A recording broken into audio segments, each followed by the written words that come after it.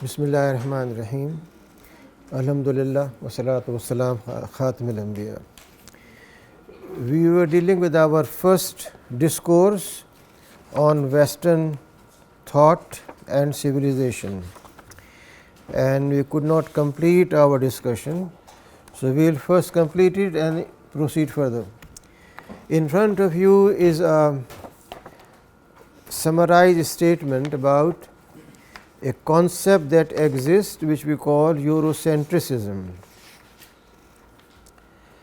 The term very clearly tells you that there is certain thing which is at the center, and that is Europe. What this means is very simple. The Western colonialism, with its desire of aggrandizement, expansionism, control, not only involved itself in certain global destructions like world wars, but they also came up with the idea that the map of world should be as they like it. Therefore, after Second World War, a commission was made of two persons, Sykes and Picke, one British and one French, and they sat together to deliberate how should we draw the map of these countries which were at one time called Osmanli Sultanate. And then they try to draw a line and decide for themselves who should take the area which they called Iraq, who should take the area they call Syria, who should create an area known as Transjordan. All these countries existed geographically, but they were part of one single dynasty. So, redrawing of world map was done by the colonial powers, and then they tried to place in those countries people of their choice, which has been their practice for over a century, and which we face in our own country as well. But this was not enough. It was also followed by rewriting of history, and therefore, Muslim history was written in a manner where from your childhood you would develop a understanding that Muslims were expansionist, they were power hungry people, they had feuds and conflicts among the family of rulers, they killed each other. In brief, they are bloodthirsty people who can be called justifiably fundamentalists, extremists, terrorists and what not. Therefore, history was focused on political conflicts and wars, and nothing was mentioned about what was the role of Muslims in development of civilization, culture, scientific areas and so on and so forth. History for them always begins in Europe, particularly in Greece and Rome and European countries. If you want to understand what is philosophy, you have to go to Aristotle and Socrates and Plato and what not. If you want to understand what is medical science, then Hippocrates' pledge or declaration of protecting life of people is your Bible. If you want to understand what is meant by time at this moment, if it is 5 past 8 What does it mean? It simply means that you are plus 5 hours of the so called Greenwich timeline. This timeline is drawn on the map only visually, conceptually, not physically. But this timeline tells you who is on the left side or right side of the line. So, we tell you what should be your time, not that you want to know yourself.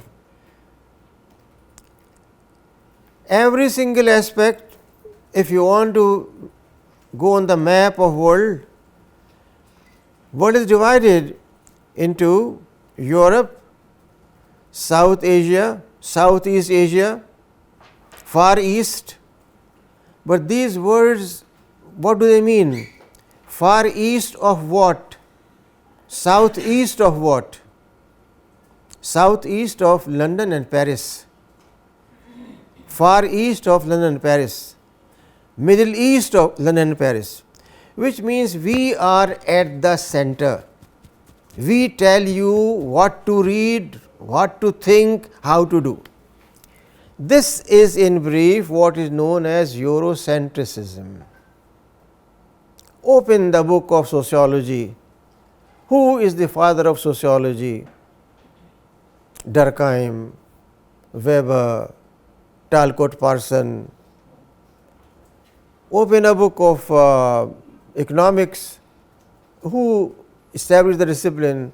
Adam Smith, John Maynard Keynes, Paul Samuelson, and so on and so forth.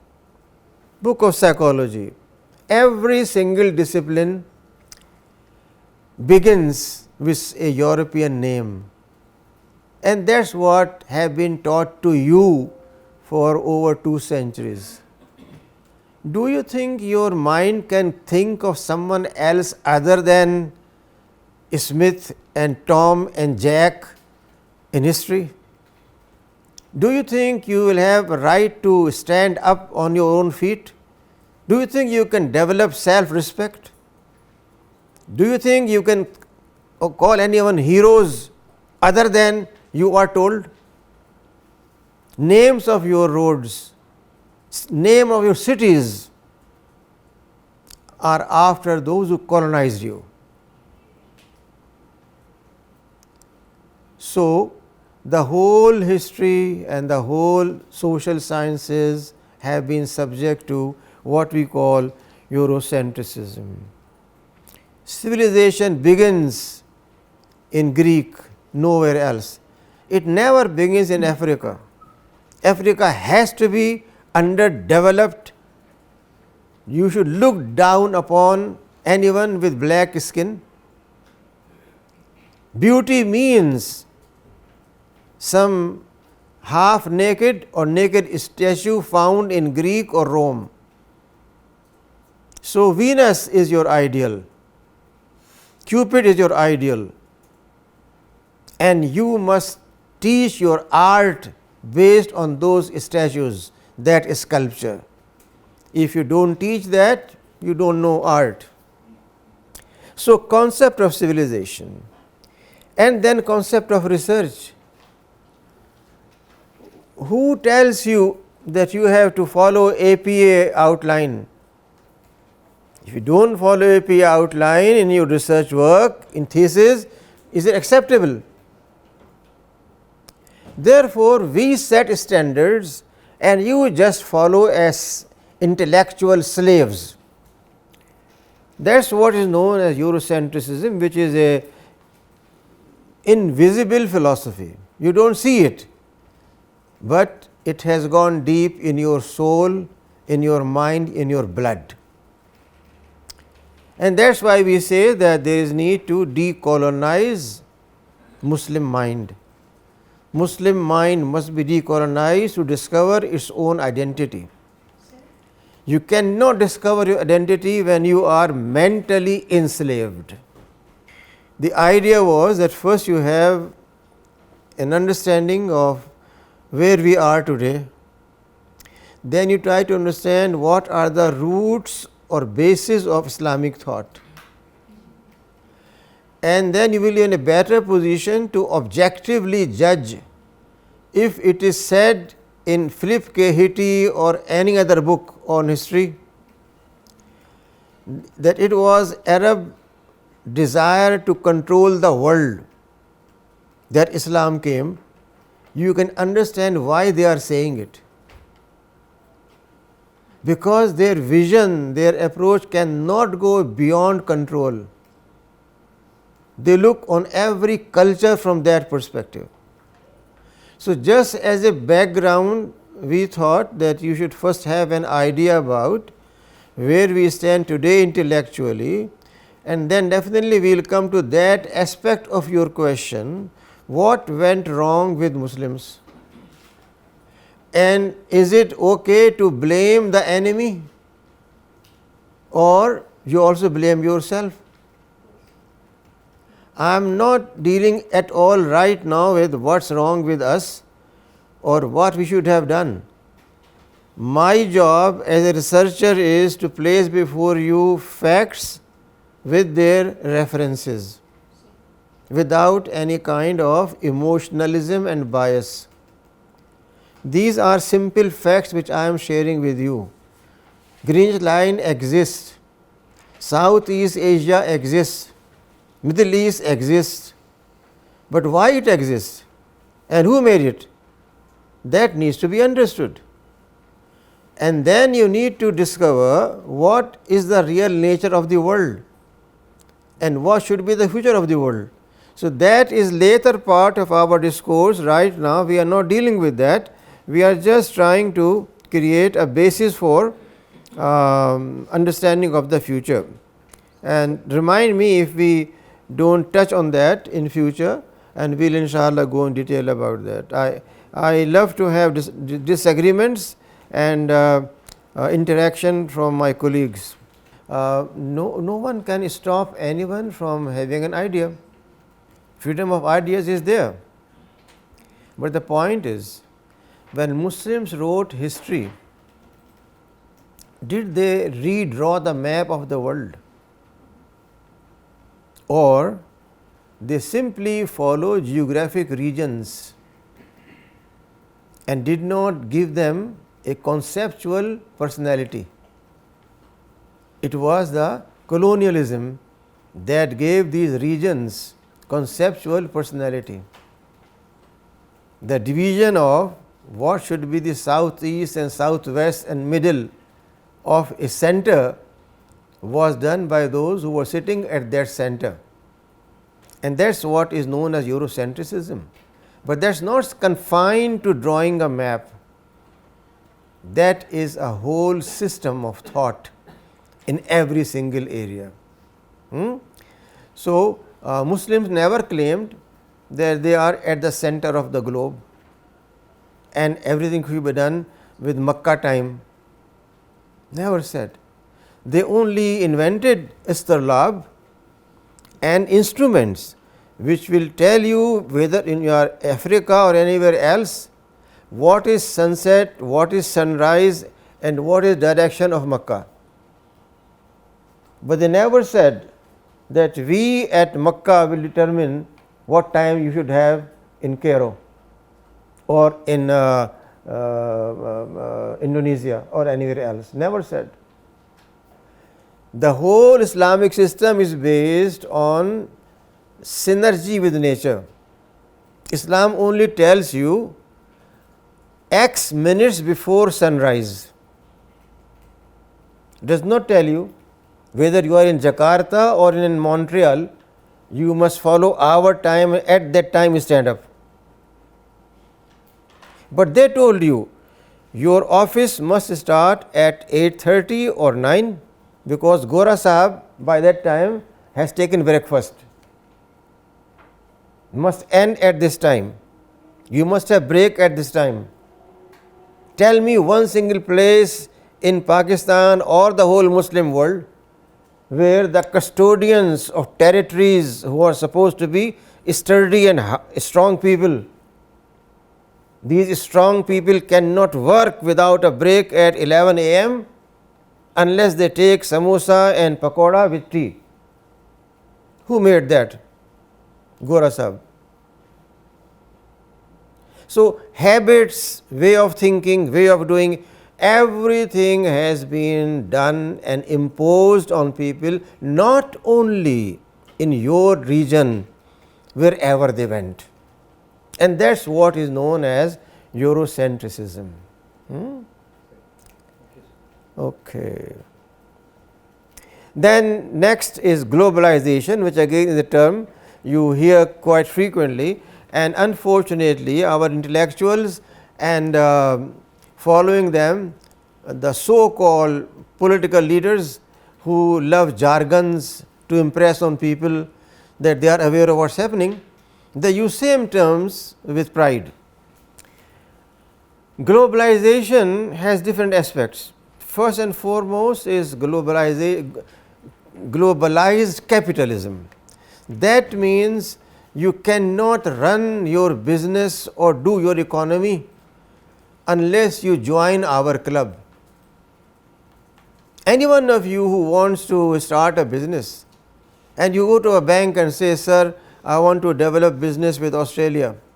You say, very well and good, open account with us, and I want to pay for a consignment coming from Australia. Very good, we will do it, but how? They will take from you 20 million rupees. These must go to London, and from London they go to Australia, or they go to New York, and from there to go to Jakarta. You cannot send any single penny of your own to your customer or your manufacturer. Everything has to go through that cycle of capitalism. State banks of countries have to regulate their principles based on the so called state banks of Britain or America. They must align their policies, or else you will have some economic embargoes. So, every single thing globally is done.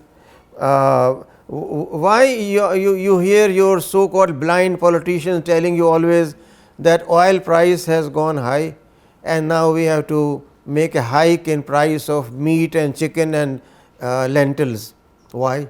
Because your economy is linked directly with that. Whatever they do, you follow it. They determine your economic future. Then political subjugation. Either you have a parliamentary system, presidential system, or military rule. These three systems should prevail and must be followed by the world. So, in many places you have army dictators fully supported and decorated by the so called champions of democracy. Those who call themselves having a Statue of Liberty in Manhattan, they support army dictators in Egypt, in Syria, in Iraq, in Pakistan, in many places, in the name of so called democracy. So, we have a political subjugation globally which needs to be understood. Then what are the social benchmarks? Whom in the society you regard people who are middle class, upper class, people who are VVIPs, what kind of dress, what kind of housing, what kind of automobile belongs to that class? Social stratification. Who gave it to you? Globalization. Therefore, if you do not have Telsa, which is electric driven automobile, you are backward. Till yesterday it was Mercedes Benz or Audi or Ferrari, but now it is Telsa. And people die to get it. They do whatever they could to get an automobile to show we are of upper level, high class society, and so on and so forth. And same applies to gender mixing. If Europeans have mixed gatherings, then to show we are civilized, others should also do that. If they wear dress which is skin tight, then we should wear the skin tight dress to show we are modern. If they puff their hair and if they use certain perfume, that must be used by us. All cosmetics which are artificial ways of beautification and not natural ways are gift of globalization. And people feel unhappy if a friend has given a gift of some perfume which is of low cost. It must be originally French or British and not made in Dubai. That's second rate quality. So this mindset with social benchmarks, all those are fixed by this globalized culture. Educational standards, if you have PhD from Harvard or Oxford or Princeton, what should be your starting salary in any university, including Riphah? What is the advice of HR director? So and so has PhD from Princeton, he must get a starting salary of X amount, but this person has done from Faisalabad, from Punjab, from Peshawar, so give him only that much. Who determines that? It's not one thing, everything, your syllabi. What should you read? What should your children read? It is Oxford and Cambridge. They should tell you and your children, and you should feel proud that they know very well where is Piccadilly Circus, where is Trafalgar Square. But if you ask them where is the Ghanta Ghar of Faisalabad, they will not be able to tell you where is Faisalabad. Not a village, but even a town. That is the meaning of globalization. It's a euphemism, a beautiful word for slavery. Then legal reforms. If in France and San Francisco homosexuality is normal, then your parliament should also have human rights of homosexuals, LGBT plus. Unless you do it, you are a backward nation, not equal to us, not near to us. So all legal reforms are followed by that. And then electronic means of communication, IT and AI, all whatever ChatGPT or what others are telling you, you have to follow them and let your kids pack up their memory and only use power packs for deciding what's happening. They carry a power pack in their pocket and use their mobile with that. But no need to use your own brain. Let it go on vacation. Ask AI to write for you, analyze for you, predict for you. Even artistic creations should be made by AI, and you would just enjoy a cup of coffee. Is that rise of civilization or death of civilization? But we will never talk about it. We will only go for superficial slogans. Every single university, every single department is after introducing AI by one way or the other, because that is the catchword for getting more students. But what kind of students, what kind of generation? If after 10 years you have 2 million minds which cannot work, but they ask AI to work for them, will you have a better civilization or a disastrous civilization? No one among social scientists is coming forward and trying to analyze what kind of future we are hitting. So, to conclude, Western and to a great extent Eastern thought is based on a dualism of space and time at a conceptual level. These are very simple words, and my own intellectual journey began with many of you, where I was used to discuss issues with metaphysical terms, philosophical terms, scientific terms, but ultimately I discovered that if my purpose is to communicate, then I cannot communicate with those horrible terms. So, I have to get down to earth and use a language which a cobbler can understand. Therefore, my lecture points are well thought based on that concept. I never try to impress scholarship on people by using terms. So, first and foremost it is that there is a dualism which I have explained earlier.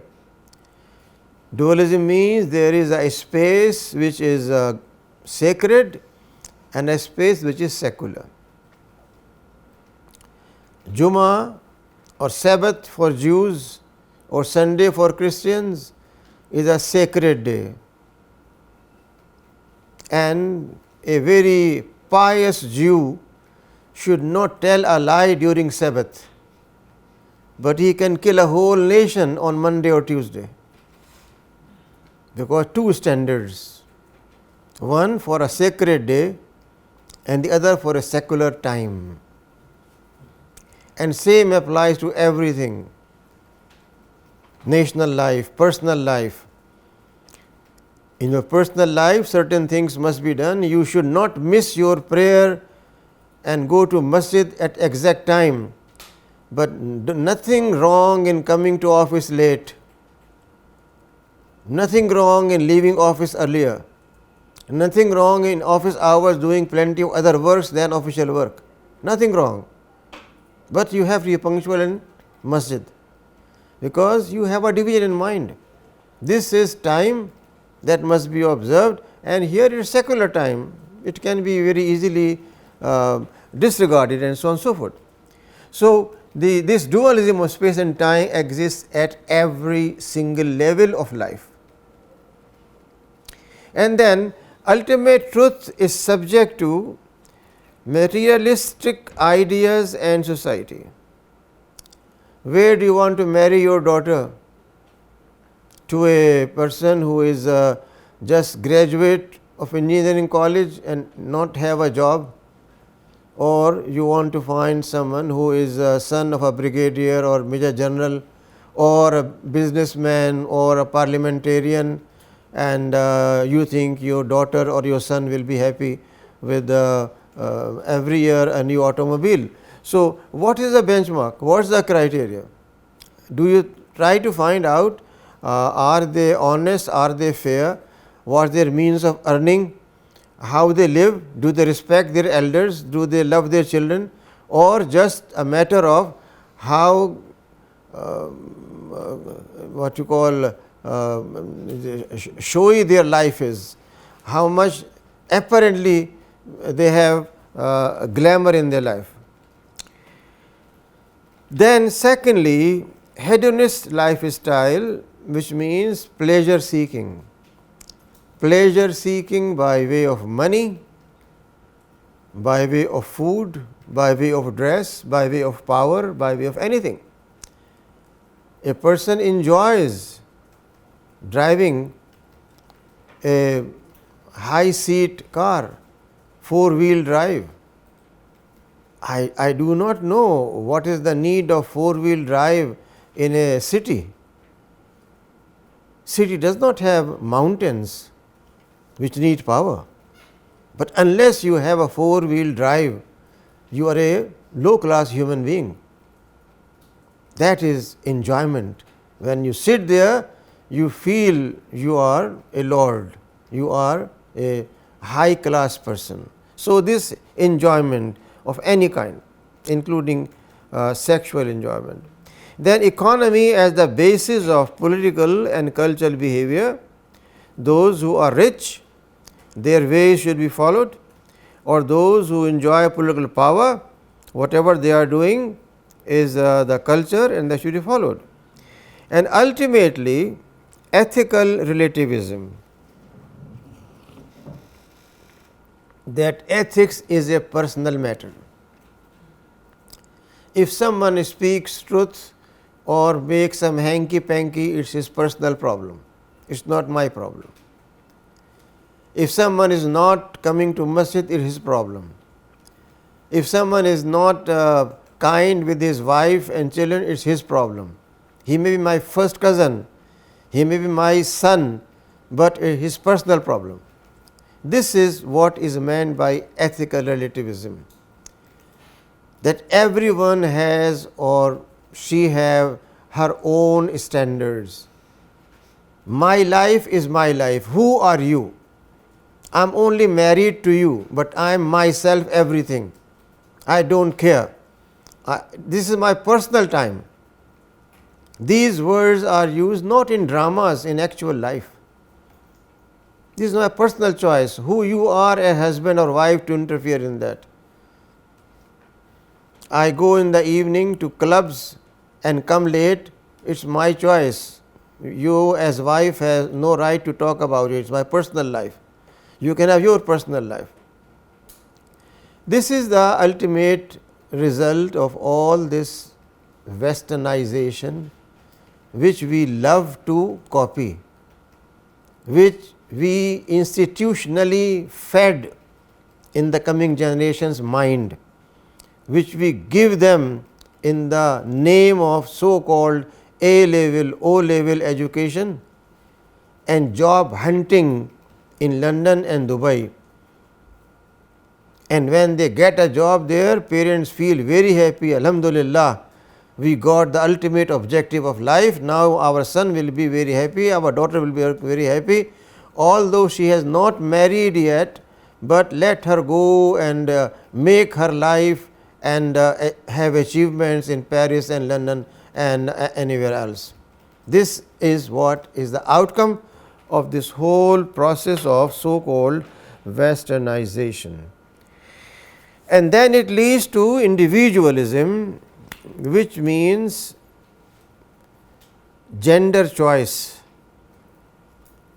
A person born as a male or a female after 25 years feels, I am not happy with my life.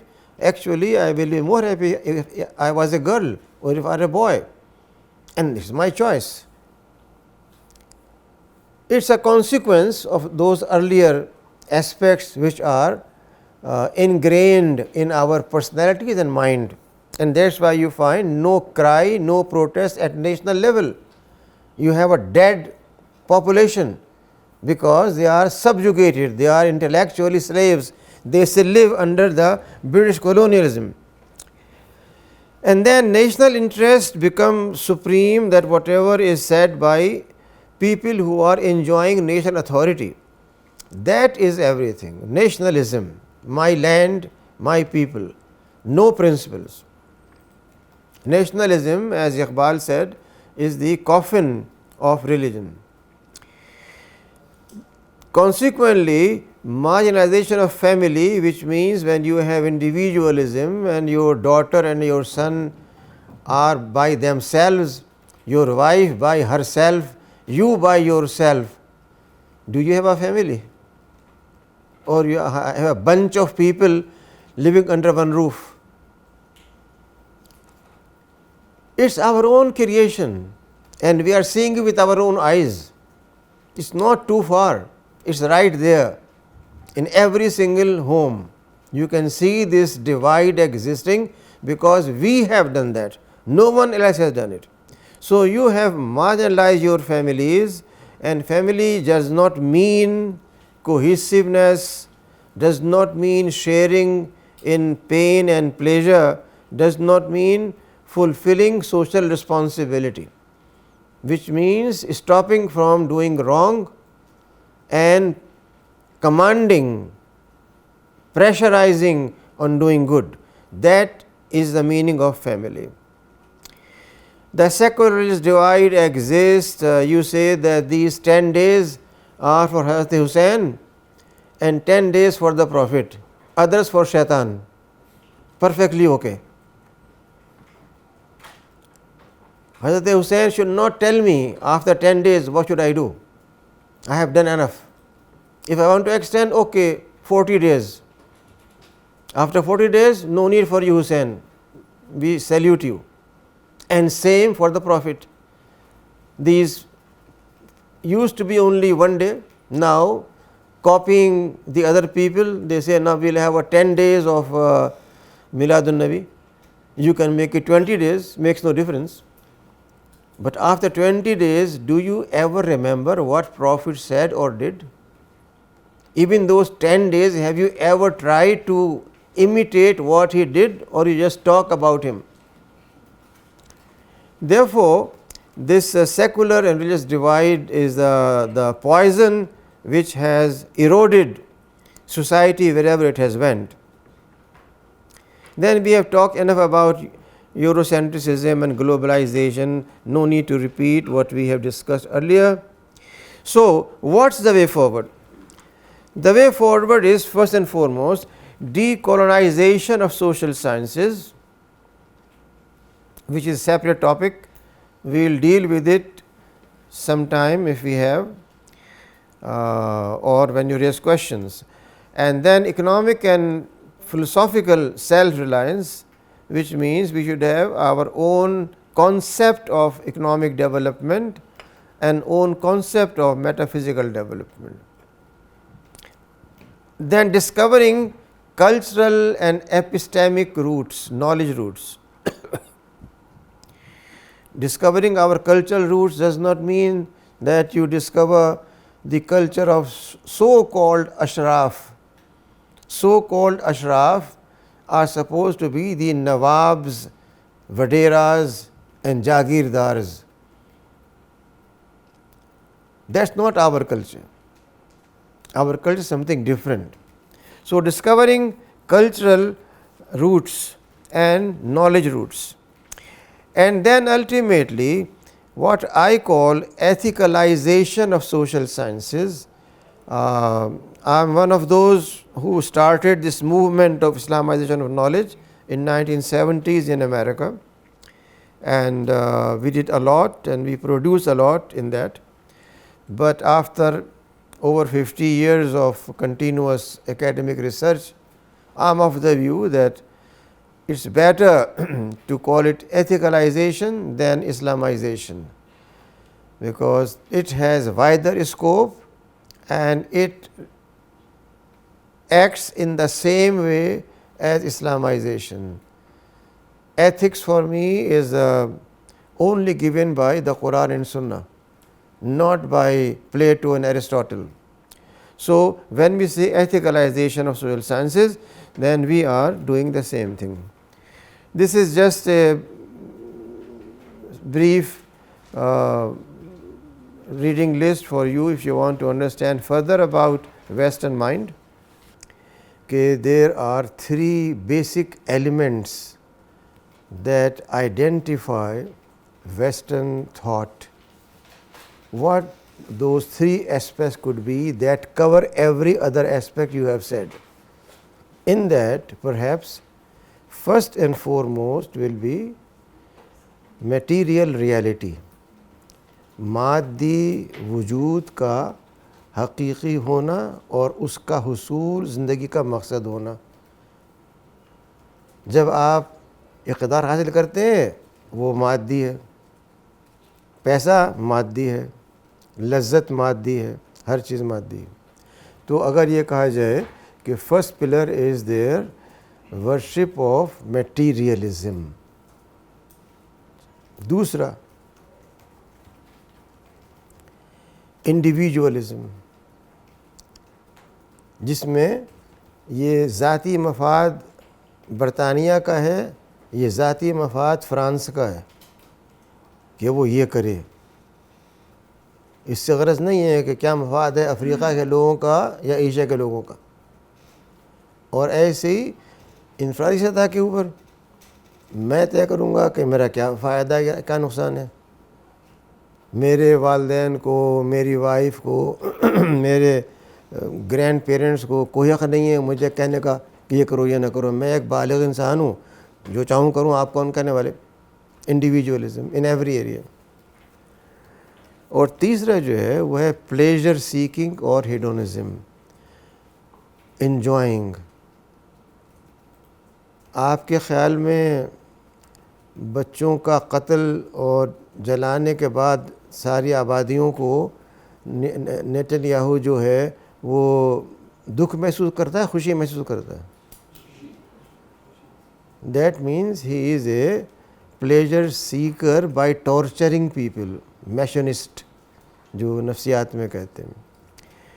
تو یہ جو تیسری چیز ہے, یا جو آپ کے انکل ٹرمپ صاحب ہیں وہ جو خوش ہوتے ہیں ٹیکس لگا کر کے اور یہ کہہ کر کے کہ آپ کی کوئی چیز جو آئے گی اس پہ 40% ہم ٹیکس لگائیں گے, آپ بھیجیں کمپیٹ کریں قیمت کے اندر. اگر آپ ایک چیز بیچ رہے تھے $5 کی اور اس میں آپ 40% ان کو دے دیں گے اور آپ کا خرچہ جانے کا, بنانے کا وغیرہ سب جوڑیں گے, تو کیا آپ کوئی چیز بیچ سکتے ہیں؟ نہیں بیچ سکتے آپ. تو یہ جو سینکشنز ہیں یہ کیوں کیے جاتے ہیں؟ کہ وہ یہ کہہ سکے کہ میں نے یہ کام کیا, میں نے یہ اچیو کیا. اس کو اس میں لطف آتا ہے, مزہ آتا ہے دکھانے میں کہ میں کتنا پاورفل ہوں. تو یہ 3 چیزیں ایسی ہیں جو بنیاد ہیں معدہ پرست, انفرادیت پرستی اور لذتیت. جو آپ جب کسی نے کہا تھا کہ ہر 5 سال 3 سال کے بعد تبدیلی ہو جاتی ہے, وہی تبدیلی کیوں ہوتی ہے؟ اگر اب سے 10 سال پہلے ایک ٹراؤزر بیل باٹم تھی تو کیوں تھی؟ پھر وہ اسٹریٹ کیوں ہو گئی؟ پھر وہ اسکن ٹائٹ کیوں ہو گئی؟ پھر اس میں ایک سلٹ کیوں آ گئی؟ ہے تو ٹراؤزر ہی نا, بدل رہی ہے 3 سال کے بعد. آپ کے یہاں بھی یہ ہوتا ہے, آپ کے لباس بھی اسی کی پیروی کرتے ہیں. کیوں ہو رہا ہے ایسا؟ اس لیے ہو رہا ہے کہ اس کی بنیاد کپڑا نہیں ہے, اس کی بنیاد لذتیت ہے, پلیجر ہے, انجوائمنٹ ہے. What will make you more attractive, provocative is pleasure seeking, the third pillar. So the whole economy, the whole so-called global paraphernalia of cosmetics is based on this third pillar.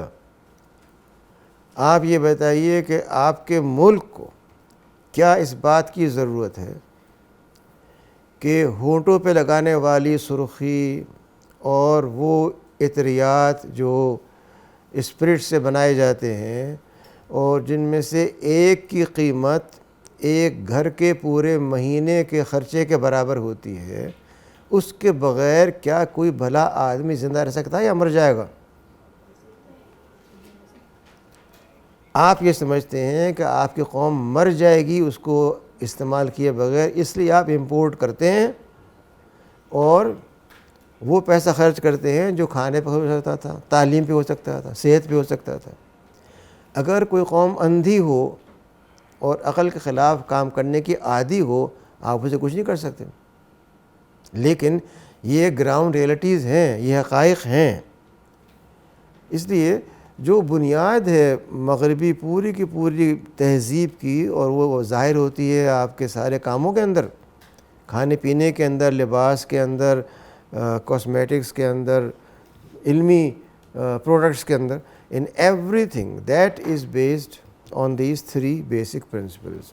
دیکھیے ایسا ہے کہ Greek thought جو ہے وہ ایک combination ہے انٹلیکچوئلزم کا, فلسفائزیشن کا, پریفرنس کا, اور فرق ہے استاد میں اور شاگرد کے اندر بھی.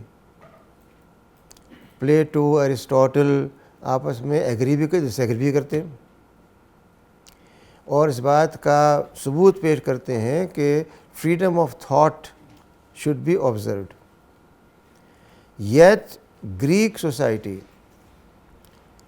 has been a pleasure seeking society, a hedonist society, where philosophically it was justified that pleasure seeking is nothing wrong, to the extent of even homosexuality was allowed in Greek society openly. Therefore, thought of one individual cannot be extended as the whole Greek thought. Greek philosophy has a variety of thinking, not confined to one single school of thought. Plato, Aristotle, Socrates differ on many issues, although they all belong to one single region, but they disagree. And that is the claim of that system, that we want to encourage difference of opinion and freedom of thought. So, there is no conflict in coming up with two different approaches. If you believe in more than one approach, then you should not be bothered at all about when you have a variety of ideas. So, I do not think it is a conflict, it is a matter of presence of more than one concepts in a society, and granted by them legitimacy in a society. دیکھیے pleasure seeking سے مراد یہ ہے کہ یہ ذہنی بھی ہو سکتا ہے، یہ مادی بھی ہو سکتا ہے، نفسیاتی بھی ہو سکتا ہے. اس کی گنجائش پوری موجود ہے مادیت کے اندر. اس کا امکان موجود ہے اسلام کے اخلاقی ضابطے میں رہتے ہوئے. یہاں جو بات ہو رہی ہے وہ pleasure seeking as ideal of life. یہ دو الگ چیزیں ہیں. پلیجر سیکنگ کا مطلب محض جنسی لذت نہیں ہے، اور وہ بھی اگر لیا جائے تو اسلام یہ کہتا ہے کہ وہ ایک دائرے میں رہتے ہوئے آدمی حاصل کر سکتا ہے، اس کے باہر حاصل نہیں کر سکتا. جبکہ جو بھی معاشرہ یہ کہتا ہے individualism and hedonism, they allow all liberty in enjoyment the way anyone wants. یہ بنیادی فرق ہے. All materialistic philosophies have licentiousness. They allow liberty in achieving that by any means. Islam does not allow that.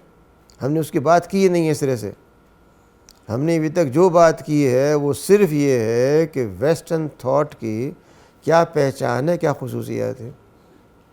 ان میں سے ایک یہ بھی ہے کہ they have liberty in how to enjoy them selves.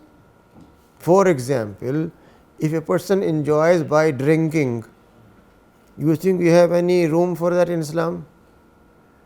A person enjoys by going to prostitutes, you think you have a liberty in that? So it's not confined to one kind of pleasure, but it's a matter of enjoying by killing people. And that philosophy has no room in Islam, but it has existed. It's well known among the Greek. They used to bring their slaves in their colosseum where they are sitting, and then they used to have lions unleashed on them who will tear them and eat them, and they will laugh and enjoy. This was the pleasure. Is it not a matter of history? But can that be allowed by Islam or anyone else? No. So when we say hedonism, it's not confined to one single area. It's a philosophy. لیکن جو الفاظ استعمال ہوئے ہیں وہ یہ کہتے ہیں کہ جو تصور علم مغرب کا ہے اور جو اسلام کا ہے دونوں میں بنیادی فرق ہے. تصور علم جو مغرب کا ہے, اگر آپ کو یاد ہے ایک سلائیڈ تھی جس میں کہ یہ تھا کہ political thought, social thought, economic thought, ethical thought, یہ سب کہاں سے نکلتے ہیں؟ یہ سب نکلتے ہیں آپ کے تجربے سے, آپ کے مشاہدے سے, آبزرویشن سے, آپ کے سوچنے سے, میٹافزیکل تھنکنگ سے. یہ وہ بنیادیں ہیں جن سے کہ یہ چیزیں پیدا ہوتی ہیں. जबकि इस्लाम का तस्वुर इल्म बिल्कुल मुख्तलिफ है। वो ये कहता है कि इल्म का असल सोर्स अल्लाह सुब्हानहू व तआला है। ये नहीं कहता कि आप आंखें बंद रखें, नहीं, आंखें खुली रखें, ना कान बंद रखें, मुशाहिदा भी करें, देखें भी, तज्ज़िया भी करें, लेकिन क्या जो आपका मुशाहिदा है वो अल्टीमेट ट्रूथ है या आपके मुशाहिदे के ऊपर एक मुशाहिदा करने वाला है जो वो भी देख सकता है जो आप नहीं देख सकते। This aspect is completely missing in the Western thought. That's what makes it different. But when we come to how to demythologize or decolonize, we will go in more details about that and try to find out what are the means for that. Okay? देखिए ऐसा है कि जिस चीज़ का नाम Europe या western culture है उसमें एक कॉन्सेंसस पाया जाता है और वो कॉन्सेंसस बास चीज़ों के ऊपर है, जिनमें से एक चीज़ ये है कि none of the ethical teachings are absolute, they are all temporal.